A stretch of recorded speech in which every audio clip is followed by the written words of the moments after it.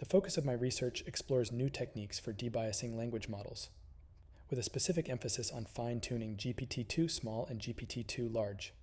As we know, despite their immense capabilities, large language models tend to perpetuate and amplify societal biases present in the training data. My work aims to counteract such biases through customized adaptation strategies.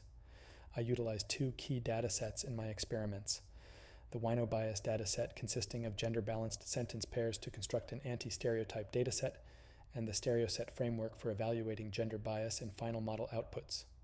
Stereoset provides an intra-sentence test which challenges models to complete fill-in-the-blank prompts in either stereotypical or anti-stereotypical ways. This allows granular analysis of bias alongside language modeling ability. The two key metrics reported are language modeling score to measure meaningful associations and stereotype score to measure bias frequency. The optimal values are 100 and 50 respectively. My methods involved conducting focused experiments on fine-tuning GPT-2, small and large, using the augmented anti-stereotype and neutrally masked datasets. To enable efficient adaptation, I employed three strategies: fine-tuning all layers, only the last layers, and using relative gradient norm to selectively update the most affected layers. The relative gradient norm was calculated as the ratio of gradient norm to parameter norm per layer, which gave insights into the learning dynamics and allowed faster fine-tuning.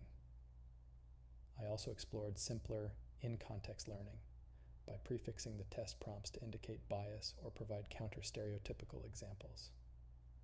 The results show fine-tuning GPT-2 small across all layers with anti-stereotype examples, significantly reduced gender bias with a stereotype score of 55 while achieving a high ICAT score of 81 and optimal balance.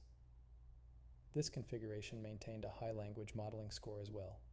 In contrast, for GPT-2 large, fine-tuning with neutral masking better mitigated bias than anti-stereotypes, indicating increased adaptability in larger models. The relative impacts of in-context learning methods was more complex and prompt-dependent. In conclusion, this comprehensive study reveals the need for customized bias mitigation strategies based on model scale. While small models benefit more from anti-stereotype augmentation, neutral masking has greater impact in larger models.